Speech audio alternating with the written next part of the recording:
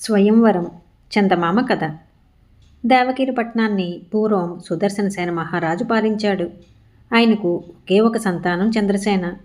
ఆమె పెరిగి పెద్దదవుతున్న కొద్దీ ఆమె అపూర్వ సౌందర్యం గురించిన వార్తలు దేశ దేశాలకు వ్యాపించాయి.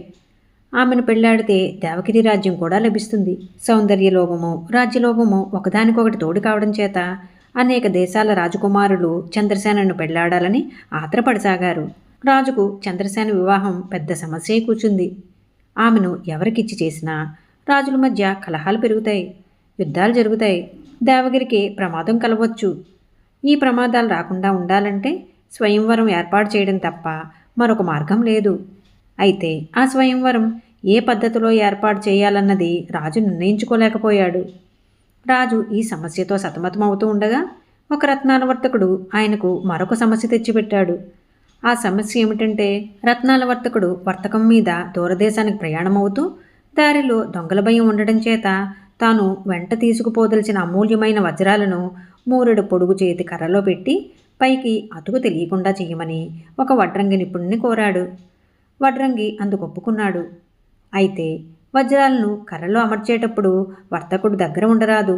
కర్రను వర్తకుడికి ఇచ్చిన తరువాత ఒక నెల దాకా ఆ కర్రలోని వజ్రాలకు వడ్రంగి జవాబుదారు. ఈ నెల రోజుల్లోగా వర్తకుడు కర్ర విడిచి చూసిన పక్షంలో అందులో వజ్రాలు లేకపోతే వాటి ధర వడ్రంగి ఇచ్చుకుంటాడు. ఒకవేళ కర్రలో వజ్రాలు ఉన్నట్టయితే అవి వడ్రంగికి ఇచ్చేయాలి. నెల గడువు దాటినాక కర్ర విడిచి చూసిన పక్షంలో అందులో వజ్రాలు లేకపోతే అందుకు వడ్రంగి జవాబుదారు కాడు. ఈ షరతుల్లో ఉన్న చిక్కులు ఆలోచించక వర్తకుడు వాటికి ఒప్పుకున్నాడు. వడ్రంగి వజ్రాలు తీసుకుని కర్ర తయారు చేసి ఇచ్చాడు. వర్తకుడు ఆ కర్రను ఎంతో జాగ్రత్తగా పరీక్షించాడు. దాని లోపల డొల్ల ఉన్నట్లు కానీ అతుకు ఉన్నట్టు కానీ కొంచెం కూడా తెలియరాలేదు. వడ్రంగి తన వజ్రాలు కాజేసి మామూలు కర్ర ఇచ్చాడేమో. కర్ర విడిచి చూద్దామంటే అందులో నిజంగా వజ్రాలుంటే వాటిని పరువు నష్టం కింద వడ్రంగికి ఇచ్చుకోవాలి.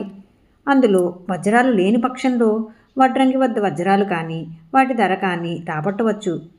కానీ వర్తకుడి సమస్య మళ్ళీ మొదటికే వస్తుంది.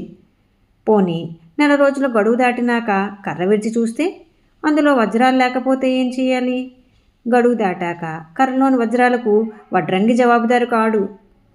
రత్నాల వర్తకుడు ఈ సమస్యను తెచ్చి రాజుగారి ముందు పెట్టి, మహారాజా, ఈ కర్రను విరచకుండా ఇందులో వజ్రాలు ఉన్నది లేనిది నాకు తెలియచెప్పాలి. కర్రను ఆడించి చూశాను, ఎలాంటి చప్పుడు లేదు అన్నాడు. రాజకుమార్తె స్వయంవరం ఏర్పాటు చేయడానికి వర్తకుడి సమస్య బాగా పనికి వచ్చింది. రాజు తన కుమార్తె స్వయంవరం జరుగుతుందని చాటింపు వేయించాడు. రాజకుమార్తెతో పాటు రాజ్యాన్ని కూడా సంపాదించవచ్చునని ఎక్కడెక్కడి రాజకుమారులు స్వయంవరానికి వచ్చారు.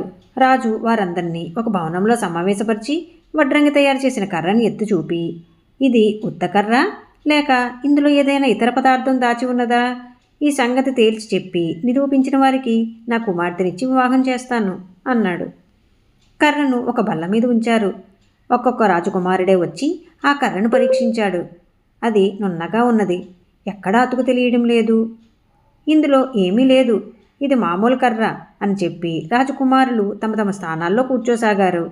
కొందరికి ఈ పరీక్ష అవమానకరమని తోచి వారు దాన్ని పరీక్షించను కూడా లేదు. ఇంతలో ఒక రాజకుమారుడు, సువర్చల నగర యువరాజు, తన స్థానంలో నుంచి లేచి వచ్చి కర్రను పరీక్షించాడు. అతను దాని మధ్య భాగాన్ని 2 వేళ్లతో పట్టుకుని చూసి, ఇందులో అన్య పదార్థం అన్నమాట నిజం. ఒక నీళ్లతొట్టి తెప్పిస్తే ఆ సంగతి నిరూపిస్తాను అన్నాడు. రాజభటులు నీళ్లతొట్టి తెచ్చి బల్ల మీద పెట్టారు. రాజకుమారుడు ఆ కర్రను తొట్టులో వేశాడు. అది నీటిలో నిలువుగా నిలబడింది. సగం భాగం నీటిలో మునిగి మిగిలిన కర్ర నీటిపైన తేలుతూ అందరికీ కనబడింది. ఇది మామూలు కర్ర అయితే నీటి మీద అడ్డంగా తేలేది. దీని దిగువ భాగంలో బరువు ఉన్న కారణం చేత ఆ భాగం నీటిలో మునిగింది. కర్ర దిగువ భాగంలో ఏదో అదనపు బరువు ఉన్నదనడానికి ఇదే రుజువు అన్నాడు సువర్చల యువరాజు. వర్తకుడు, రాజుగారు ఒకేసారి పెద్ద నిట్టూర్పు విడిచారు. సువర్చల యువరాజుకు చంద్రసేనకు వైభవంగా పెళ్లి జరిగింది. స్వయంవరానికి వచ్చిన వారందరూ వరనిర్ణయం జరిగిన పద్ధతి సక్రమంగా ఉన్నదని తృప్తిపడ్డారు. వివాహం ముగియగానే వర్తకుడు విదేశాలకు బయలుదేరి వెళ్ళిపోయాడు. ఈ కథ మీకు నచ్చినట్లయితే లైక్ చేయండి, షేర్ చేయండి. మరిన్ని మంచి కథల కోసం మా సంపత్ ఛానల్ని సబ్స్క్రైబ్ చేసుకోండి.